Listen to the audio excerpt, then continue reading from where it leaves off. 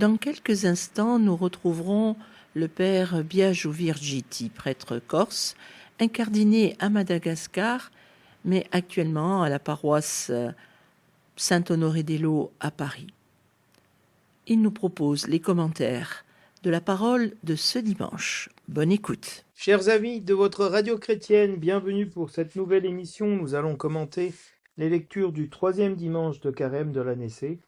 Commençons sans plus tarder par la proclamation de l'Évangile selon saint Luc. Un jour, des gens rapportèrent à Jésus l'affaire des Galiléens que Pilate avait fait massacrer, mêlant leur sang à celui des sacrifices qu'ils offraient. Jésus leur répondit : « Pensez-vous que ces Galiléens étaient de plus grands pécheurs que tous les autres Galiléens pour avoir subi un tel sort ? Eh bien, je vous dis, pas du tout. Mais si vous ne vous convertissez pas, vous périrez tous de même. » Et ces 18 personnes tuées par la chute de la tour de Siloé, pensez-vous qu'elles étaient plus coupables que tous les autres habitants de Jérusalem ? Eh bien, je vous dis, pas du tout. Mais si vous ne vous convertissez pas, vous périrez tous de même. Jésus disait encore cette parabole. Quelqu'un avait un figuier planté dans sa vigne. Il vint chercher du fruit sur ce figuier et n'en trouva pas. Il dit alors à son vigneron : « Voilà 3 ans que je viens chercher du fruit sur ce figuier, et je n'en trouve pas. Coupe-le. À quoi bon le laisser épuiser le sol ? » Mais le vigneron lui répondit : « Maître, laisse-le encore cette année, le temps que je bêche autour pour y mettre du fumier. Peut-être donnera-t-il du fruit à l'avenir, sinon tu le couperas. »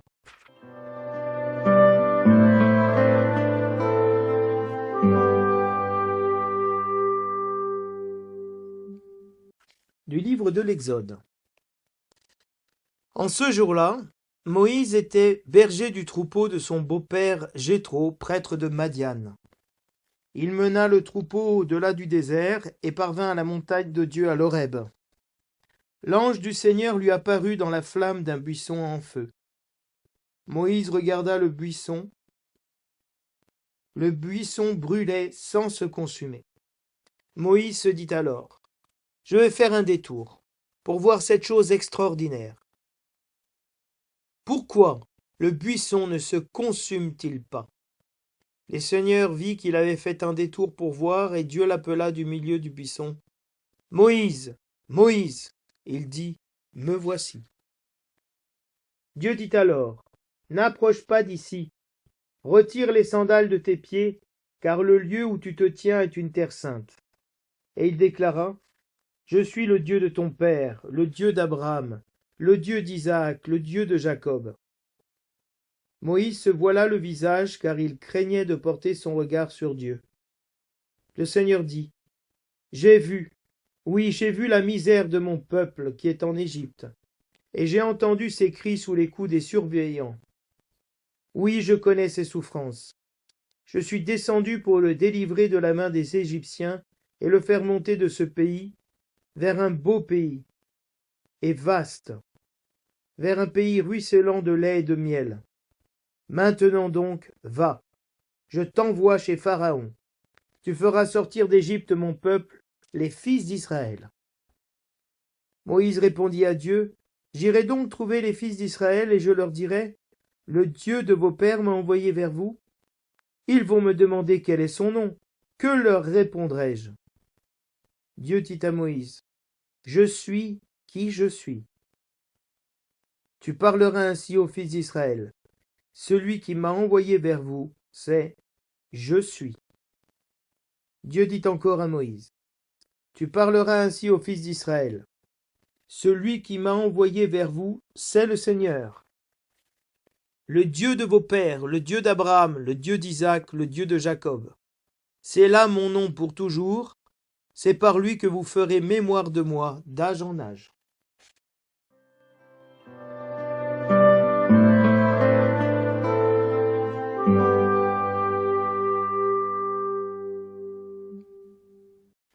Le refrain du psaume nous dit : « Le Seigneur est tendresse et pitié. » Bénis le Seigneur, ô mon âme, bénis son nom très saint. Tout mon être, bénis le Seigneur, ô mon âme, n'oublie aucun de ses bienfaits. Car il pardonne toutes tes offenses et te guérit de toute maladie. Il réclame ta vie à la tombe et te couronne d'amour et de tendresse.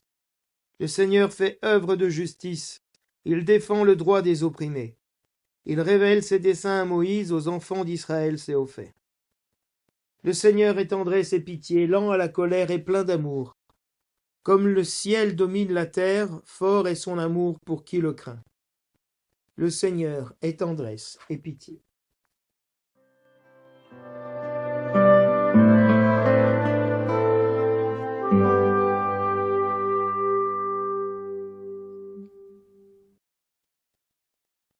De la première lettre de saint Paul apôtre aux Corinthiens. Frères, je ne voudrais pas vous laisser ignorer que lors de la sortie d'Égypte, nos pères étaient tous sous la protection de la nuée, et que tous ont passé à travers la mer. Tous ils ont été unis à Moïse par un baptême, dans la nuée et dans la mer. Tous ils ont mangé la même nourriture spirituelle. Tous ils ont bu la même boisson spirituelle. Car ils buvaient à un rocher spirituel qui les suivait, et ce rocher, c'était le Christ. Cependant, la plupart n'ont pas su plaire à Dieu. Leurs ossements, en effet, jonchèrent le désert. Ces événements devaient nous servir d'exemple pour nous empêcher de désirer ce qui est mal, comme l'ont fait ces gens-là. Cessez de récriminer, comme l'ont fait certains d'entre eux. Ils ont été exterminés. Ce qui leur est arrivé devait servir d'exemple, et l'Écriture l'a raconté pour nous avertir. Nous, qui nous trouvons à la fin des temps. Ainsi donc, celui qui se croit solide, qu'il fasse attention à ne pas tomber. Parole du Seigneur.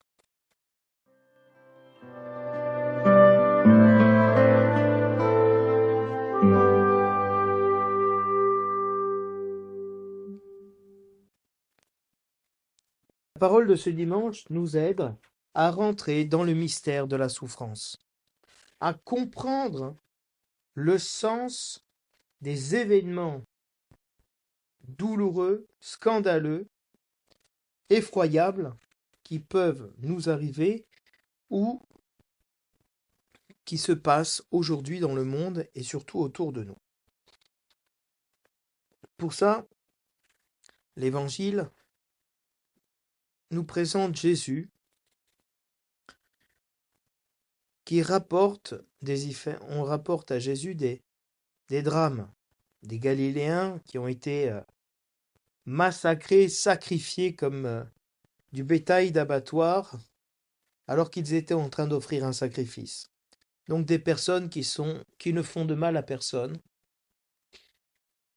mais qui sont victimes d'une violence sanguinaire, abominable, dans le sens où ils sont en train d'accomplir un acte sacré, et eux-mêmes sont offerts en sacrifice, à tel point que leur sang se mélange à celui des victimes.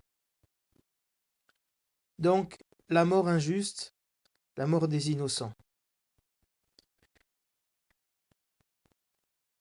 Ce sont des Galiléens.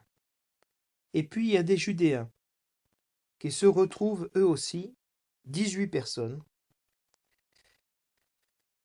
à mourir dans un drame, l'effondrement de la tour de Siloé, qui tombe sur les personnes et les tue. Et la question que se posent les Juifs dans une théorie de la rétribution, c'est-à-dire que le mal qui nous arrive est dû à nos péchés. Jésus-Christ nous dit, c'est pas comme ça que ça fonctionne. C'est pas comme ça. Il ne va pas expliquer le sens de ces événements, mais il va donner un sens à ces événements pour nous et pour ceux qui écoutent Jésus-Christ. Il est nécessaire que nous nous convertissions. Parce que sinon, nous périssons. Il ne s'agit pas ici de mourir, mais de périr, c'est-à-dire de mourir sans Dieu, de mourir sans être réconcilié avec le Seigneur, sans être converti au Seigneur. Donc les événements qui se passent sont des événements qui viennent nous appeler à la conversion, nous appeler au retour du Seigneur. Et Jésus continue à travers une parabole dans laquelle il nous montre la patience de Dieu pour que nous nous convertissions. Parce que nous risquons l'anéantissement. Mais Dieu, en nous avertissant, en nous appelant à la conversion, manifeste son amour. Parce que c'est le même Dieu de Jésus-Christ, parce que Jésus-Christ est Dieu, et il dira « Je suis ». C'est le même Dieu qui se manifeste à Moïse, qui est un fugitif, qui a fui Pharaon, qui a fui l'Égypte, et qui se retrouve à contempler Dieu dans un buisson ardent. Dans cette image de la souffrance, Dieu ne se manifeste pas dans un arbre, dans un chêne, dans un térébinthe, il se manifeste dans un buisson d'épines. C'est-à-dire que Dieu n'habite pas la majesté de la création, mais il a choisi, lui qui est le Créateur, d'habiter la souffrance de son peuple. Mais lui a vaincu la souffrance, a vaincu la douleur des épines qui calcinent son peuple. Et il est le Dieu d'Abraham, d'Isaac et de Jacob. Abraham à qui il avait déjà prédit que sa descendance serait esclave en Égypte pendant 400 ans, mais qu'un jour elle rentrerait dans la terre promise. Et donc il y a un temps pour la conversion, comme ce temps dont nous parle l'Évangile, où le vigneron va bêcher autour du figuier, image d'Israël, pour que ce figuier porte du fruit. Et ils mettent du fumier, c'est-à-dire une substance nauséabonde, désagréable, mais nourrissante. Et le peuple a fait l'expérience de la souffrance. Et Dieu dira, j'ai vu la misère de mon peuple, j'ai entendu ses cris sous les coups de ses oppresseurs, je connais ses souffrances. Dieu habite la souffrance de son peuple, Dieu n'est pas indifférent à cela. Mais Dieu prépare un chemin de salut et une libération à travers Moïse comme à travers Jésus-Christ. Et le Seigneur est celui qui est, qui était et qui vient. Celui qui est au milieu de son peuple, qui est avec nous. Et en ce sens, le Seigneur montre sa tendresse et sa pitié envers son peuple. Il pardonne les fautes, il guérit les maladies. Il nous ressuscite de la mort. Il nous comble d'amour et de tendresse. Et il révèle à Moïse ses desseins sur le peuple, qu'il fallait passer par la souffrance. Ainsi, notre âme peut bénir le Seigneur pour ce que le Seigneur fait pour nous. Alors l'Épître aux Romains nous dit que Moïse lui-même et le peuple ont été baptisés dans la nuée. Eux-mêmes ont traversé la mer et ils ont été protégés dans une nuée dans laquelle eux-mêmes ne voyaient rien mais entendaient la voix du Seigneur, comme nous avons eu dimanche dernier avec l'évangile de la transfiguration. Et ce peuple a mangé une nourriture spirituelle et a bu une boisson spirituelle, a été abreuvé d'un rocher qui est le Christ, la pierre qu'ont rejetée les bâtisseurs et qui est devenue la pierre d'angle. Et nous rejetons la souffrance parce que nous la trouvons abominable, alors qu'avec les yeux de la foi, nous rentrons dans la souffrance comme le chemin de l'union avec le Seigneur, comme la possibilité de nous convertir.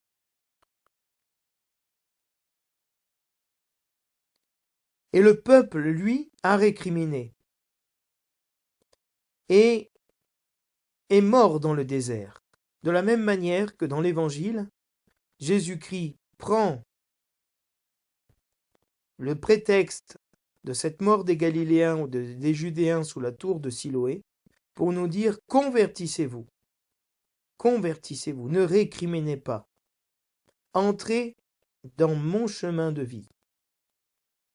Et donc l'Écriture nous raconte ces événements où le peuple est corrigé, châtié par le Seigneur pour nous avertir, à nous,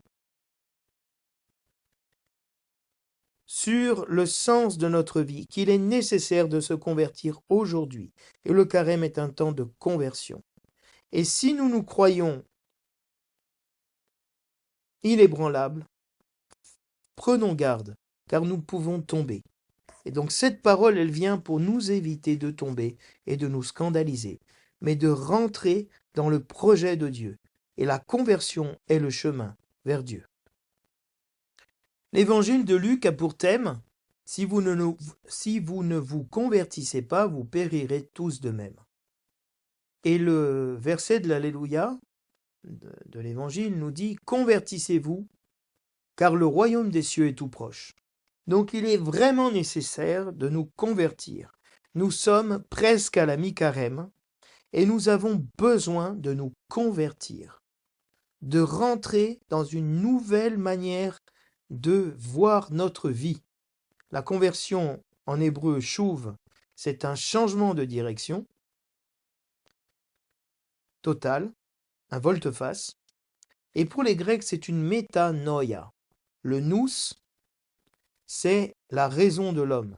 Et donc d'aller au-delà de notre raison, changer notre mentalité. Et le carême, à travers les événements que nous vivons et les paroles fortes, les événements forts, voire même scandaleux que Dieu nous donne, nous sommes appelés à rentrer dans ce changement de mentalité. Alors, ce changement de mentalité, Jésus nous parle, parce on vient le voir en lui disant, écoute Jésus, mais regarde ce qui s'est passé avec ces Galiléens que Pilate a massacrés. Injustement, ils étaient en train de faire un sacrifice, ils faisaient de mal à personne, ils n'étaient pas en train de faire une révolution. Et on les a massacrés sur l'autel, comme les victimes qu'ils venaient offrir. Et donc leur sang, c'est-à-dire leur vie, leur être, a été mélangé à celle des victimes. Ils ont été sacrifiés sous l'autel du pouvoir politique. Et l'histoire de l'Église est pleine de sang, pleine du sang des martyrs, de ceux qui ont porté dans leur sang la mort du premier-né de Jésus-Christ. Et Jésus-Christ cueille l'occasion parce qu'il sent le scandale chez ces personnes qui sont traumatisées, choquées, scandalisées, que Dieu ait pu permettre une telle abomination.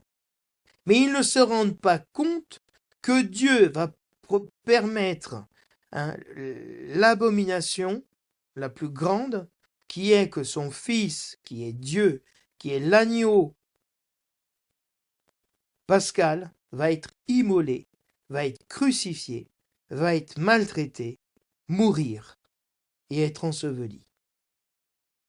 Donc Dieu même a épousé l'injustice qu'entre guillemets, il fait subir dans la mentalité de ces Juifs, puisque c'est toujours Dieu qui est cause première, et donc Dieu fait souffrir. Dieu ne fait pas souffrir. Dieu nous permet, et il est avec nous dans la souffrance. Et Jésus-Christ leur demande, mais vous pensez que ces hommes étaient des pécheurs? Vous pensez que vous êtes meilleurs qu'eux? Que ces Galiléens étaient des plus grands pécheurs que les autres? Peut-être ils faisaient un sacrifice à Baal. Alors vous dites c'est des idolâtres. Ils ont bien fait de mourir. Et ils méritaient ça. Parce que nous pensons que les gens méritent les souffrances qu'ils vivent. Et c'est une vision erronée de la souffrance et de la rétribution. Car Dieu est miséricordieux. Même s'il agit avec colère envers nous, ce n'est pas contre nous, mais contre le péché qui est en nous. Jésus nous dit, pas du tout. Ce n'étaient pas des pécheurs, plus que vous. Mais vous, si vous ne vous convertissez pas, vous périrez de la même manière. Tous, vous périrez de même. la souffrance que nous voyons doit nous appeler à nous convertir. Peut-être que moi je ne suis pas prêt à mourir et je dois me remettre vraiment dans les mains du Seigneur pour être prêt quand il viendra. Et Jésus-Christ surenchérit, comme c'est la méthode juive de répondre aux questions en surenchérant. Il parle des 18 personnes qui ont été tuées dans la chute de la tour de Siloé. Un Siloé qui est en contrebas de Jérusalem, il y avait une source et il y avait une tour. Et cette tour s'est écroulée sur les personnes qui étaient là. Et nous, on va penser que ces gens, ça leur est tombé dessus parce que c'était des coupables. Dans l'évangile de Jean, dans le temple, il y a aux portes du temple l'aveugle de naissance, l'aveugle-né. On demande qui a péché, Seigneur, lui ou ses parents, pour qu'il soit né aveugle. Nous pensons encore que les personnes, comme elles ont fait du mal, Dieu les corrige, leur donne une maladie, leur donne un accident, leur donne un enfant malade ou handicapé. Et c'est une vision méchante de Dieu et méchante de la souffrance. Parce que Dieu habite son peuple, comme on l'entend dans le récit du buisson ardent. La souffrance de son peuple, il voit, il entend. Et il se fait un avec lui. Et le Seigneur, à travers cette chute de la tour de Siloé, nous invite à nous aussi nous convertir. Parce que sinon nous allons mourir sans Dieu, c'est-à-dire nous allons périr. Et donc Jésus-Christ est en train de leur faire une catéchèse dans laquelle il est en train de leur dire que eux, Israël, est comme un figuier planté dans la vigne. Et dans cette vigne, il y avait une tour pour garder la vigne, cette tour de Siloé. Et ce quelqu'un, et sans doute le Seigneur, vient chercher du fruit sur le figuier et n'en trouva pas. Jésus-Christ est allé chercher des fruits sur un figuier, alors que même si ce n'était pas la saison des figues, lui, il est le Messie, et dans la tradition juive, quand le Messie s'approche, la nature donne son fruit au Messie. Et le figuier qui est Israël a refusé de donner son fruit, le fruit de la conversion, le fruit de l'œuvre bonne au Seigneur. Et donc ce figuier n'a pas donné de fruits alors que le Seigneur attendait des fruits. Alors, il demande au vigneron, qui est l'image de Jésus-Christ, qui est l'image aussi des prêtres, des presbytres auxquels le Seigneur a confié la vigne. Il dit, ça fait 3 ans que je viens chercher du fruit sur ce figuier et je n'en trouve pas. Dans l'Église primitive, ces 3 ans sont aussi l'image du catéchuménat, de la préparation au baptême. Et nous, chrétiens, peut-être nous ne donnons pas des fruits de conversion, comme nous demandait Jean-Baptiste. Faites donnez des fruits réels de conversion. Parce que la cognée c'est une grande hache qui est à la racine des arbres. Et donc ils vont bientôt être abattus. Et le Seigneur dit, coupe-le, coupe ce figuier. Pourquoi il va épuiser le sol? Nous sommes peut-être en train de vivre le christianisme en épuisant le sol, en épuisant nos communautés chrétiennes, en ne faisant pas ce pourquoi Dieu nous a créés, qui est de porter le salut du monde, en portant les péchés du monde, en ayant des fruits dignes de conversion. Et donc c'est un appel sérieux que Jésus-Christ fait à ses contemporains de se convertir. Mais le vigneron, qui est l'image de Jésus-Christ, répond, laisse-le encore 1 année, le temps que je bêche autour de lui, pour y mettre du fumier. Il va creuser la terre, il va rentrer comme un scrutin dans notre vie, à travers les événements douloureux, à travers les difficultés que nous rencontrons, les échecs. Dieu va creuser autour pour enlever cette terre et mettre du fumier qui va fertiliser.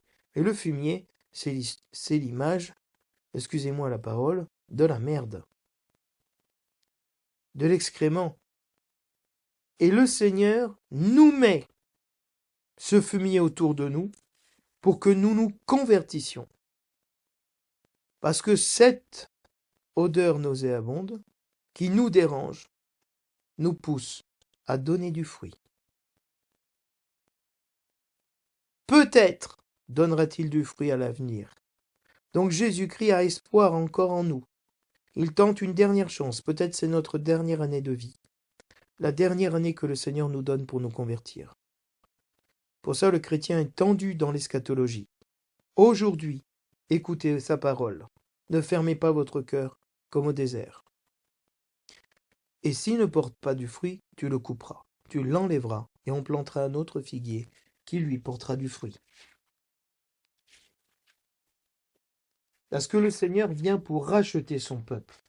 Et Moïse, qui est un fugitif, se retrouve à garder le troupeau, à être un berger de son beau-père, Jéthro, qui était prêtre, mais pas prêtre du Très-Haut, prêtre, voilà. Et il mène son troupeau dans le désert, paître, et il se retrouve à observer quelque chose d'incroyable. Il voit un buisson en feu, et qu'un buisson, c'est pas grand. Donc s'il y a le feu dedans à cause de la chaleur, il va quand même brûler assez rapidement. Et si ça fait une demi-heure, une heure que Moïse est en train de paître son troupeau et qu'il voit en haut sur la montagne ce feu, c'est pas normal. Dans la montagne du Sinaï, il n'y a pas beaucoup d'arbres. Donc c'est pas une forêt. S'il y a un buisson qui s'embrase, il reste où il est. Il a eu éventuellement un buisson à côté de lui, puis ça s'arrête, parce qu'après il y a des pierres.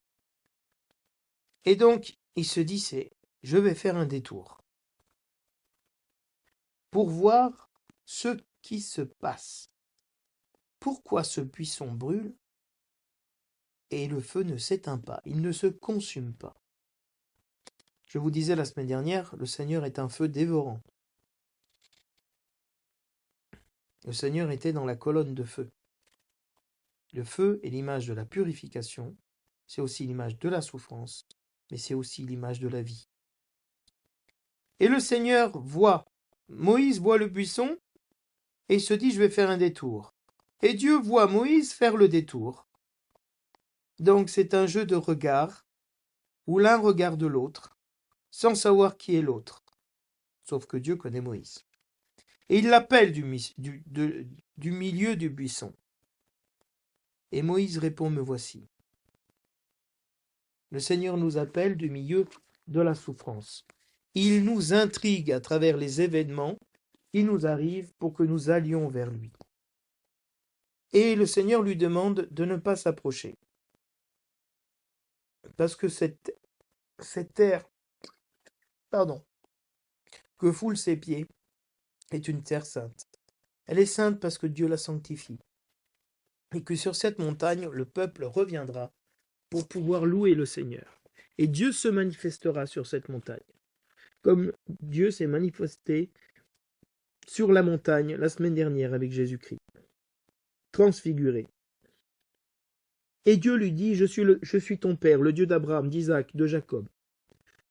Moïse, qui est un fugitif, qui a été grandi par Pharaon, bien qu'il était juif, est réintégré par Dieu dans l'alliance, dans sa généalogie. À ce fugitif, à ce fuyard, à cet homme sans terre, loin de son peuple, Dieu lui dit, je suis le Dieu de ton père, c'est-à-dire je suis ton père. Je suis ton Dieu.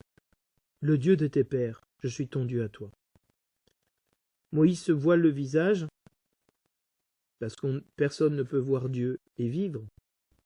Personne ne peut tenir sur le regard de Dieu, parce que le regard de Dieu est juste et miséricordieux, mais la justice de Dieu, elle nous met tous en difficulté, parce que nous ne sommes pas à la hauteur de sa justice, de sa sainteté.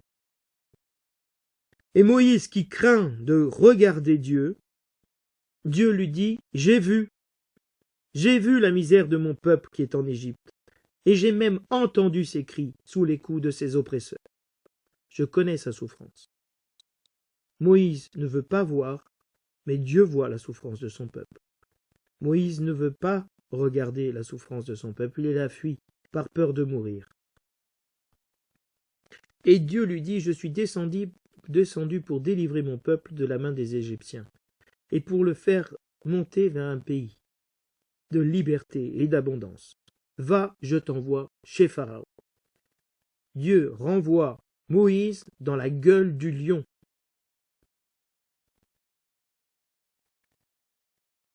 Celle que Moïse a fui. Et Dieu le renvoie dans son histoire qu'il fuit. Pour ça, le carême, c'est retourner dans notre histoire, à travers les événements de notre vie. Dieu nous remet dans des histoires de souffrance, de difficultés, avec nos parents, avec l'autorité, avec les blessures de notre enfance, qui se reproposent à nous, parce que Dieu veut nous renvoyer dans notre histoire pour la guérir, pour la sauver. Et Moïse commence ses objections. Mais si moi je retourne là-bas, les fils d'Israël vont me dire, oui, Dieu t'est apparu, comment il s'appelle? Quel est son nom? Le Dieu de qui? Et Dieu lui dit, je suis ce que je suis, qui est une traduction approximative. En hébreu, on dit Ayez, Asher, Ayez. Je suis ce que je suis. Et pas tout à fait je suis qui je suis. Je suis ce que je suis. C'est-à-dire je suis. Je suis comme j'ai été avec vos pères.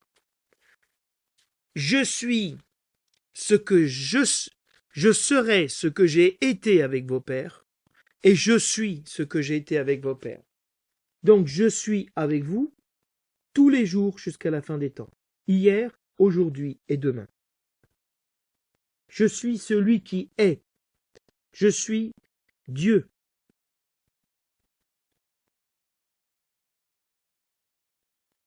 Et tu diras, celui qui m'a envoyé vers vous, c'est je suis. Dans la traduction approximative, serait en hébreu Yahvé. C'est le verbe être. Et donc je suis m'a envoyé vers vous. On retrouvera dans l'évangile de Jean, Jésus-Christ au jardin des Oliviers, qui va dire je suis. Es-tu le roi des Juifs? Je le suis. Il affirme sa divinité. Et il dit à Moïse, tu parleras aux fils d'Israël, celui qui m'a envoyé vers vous, c'est le Seigneur, le Dieu de vos pères, d'Abraham, d'Isaac et de Jacob. De nouveau, le Seigneur est le Seigneur de l'histoire, le Seigneur de l'alliance qu'il a conclue avec Abraham, Isaac et Jacob et avec ce peuple. Et cela sera son nom pour toujours. Et on fera mémoire de lui comme étant le Seigneur. Et donc cette parole nous dit que le Seigneur est maître de l'histoire. Le Seigneur habite la souffrance de son peuple. Pour ça, le psaume répond, le Seigneur est tendresse et pitié. Et que mon âme peut bénir le Seigneur, dire du bien de lui, tout son être. Parce que on est appelé à ne pas oublier les bienfaits du Seigneur, l'alliance qu'il a faite avec Abraham, Isaac, Jacob, Moïse, avec Jésus-Christ. Parce qu'il réclame notre vie à la tombe, à la mort, à la souffrance, au désespoir dans lequel nous nous trouvons. Et il nous couronne d'amour et de tendresse, cette terre ruisselant de lait et de miel.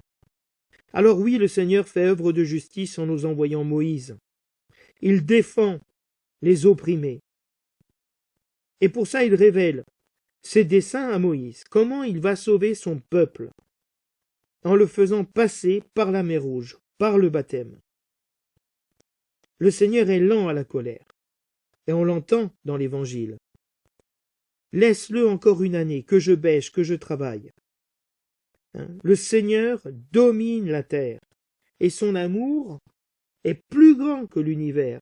Donc il le donne, et il est fort cet amour pour celui qui croit dans le Seigneur. C'est ainsi que saint Paul nous montre, puisque le carême nous parle de l'histoire du salut, comment le Seigneur a agi avec son peuple pour le sauver, et nous sommes appelés à faire mémoire d'âge en âge du Seigneur, et l'Eucharistie est le mémorial de la Pâque du Seigneur Jésus, et donc de notre Pâque, de notre sortie d'Égypte.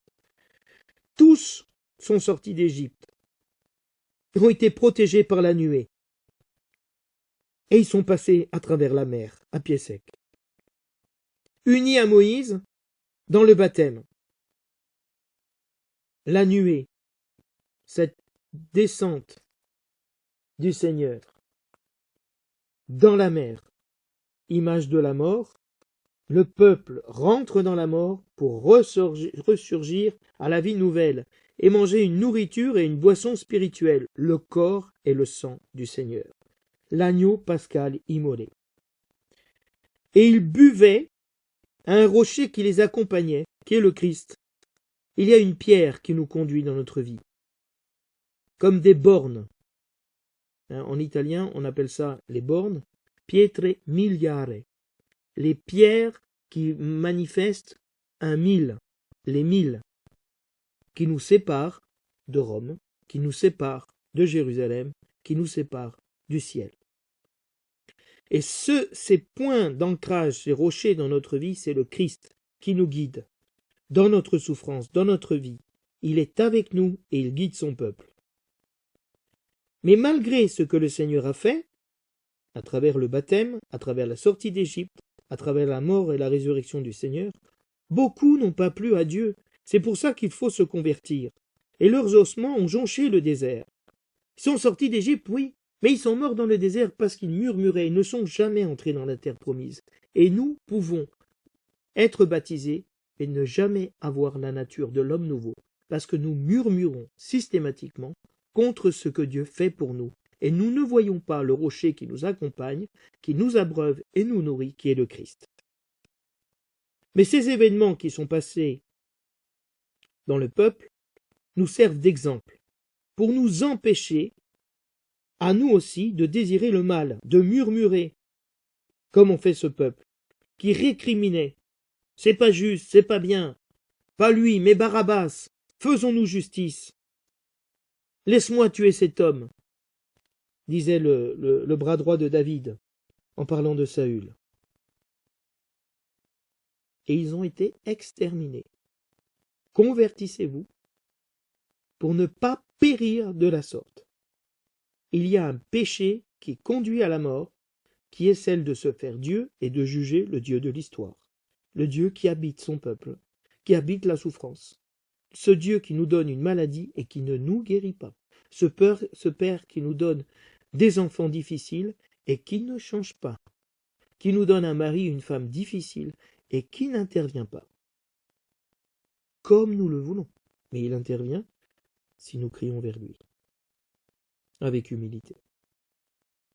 L'Écriture nous a raconté ces exemples pour nous avertir que nous sommes à la fin des temps et que nous avons besoin de nous convertir. Et donc, croire que nous sommes faibles. Parce que si nous nous croyons solides, nous allons tomber. Le roseau ploie, mais ne brise pas. Le chêne ne ploie pas dans la tempête, mais il se brise. Et le Seigneur nous invite à l'humilité. C'est pour ça que je vous invite, chers amis, auditeurs, ce dimanche, à rentrer dans cette conversion, de prier pour la conversion de toute l'Église, parce que nous en avons tous besoin pour nous aimer véritablement et nous édifier les uns les autres. Je vous dis à la semaine prochaine.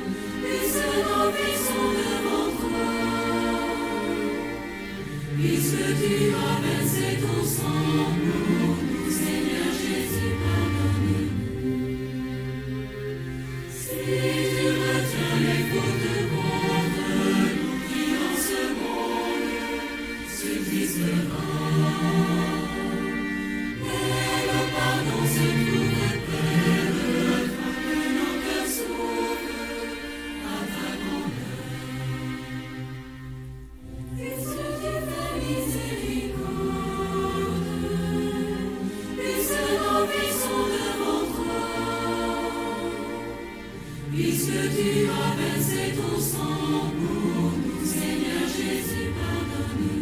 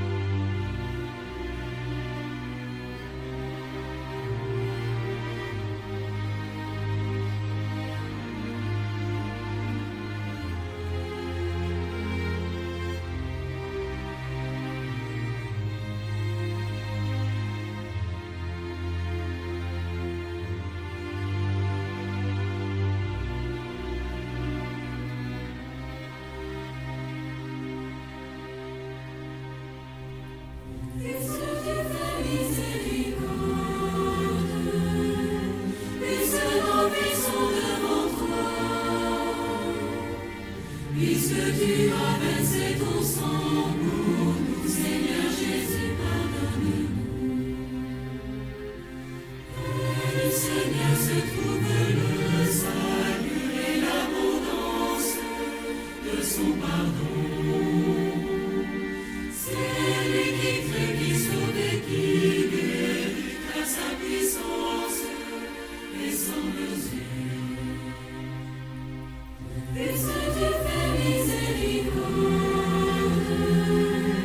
puisque nos vies sont devant toi, puisque tu as versé ton sang pour nous, Seigneur Jésus, pardonne-nous.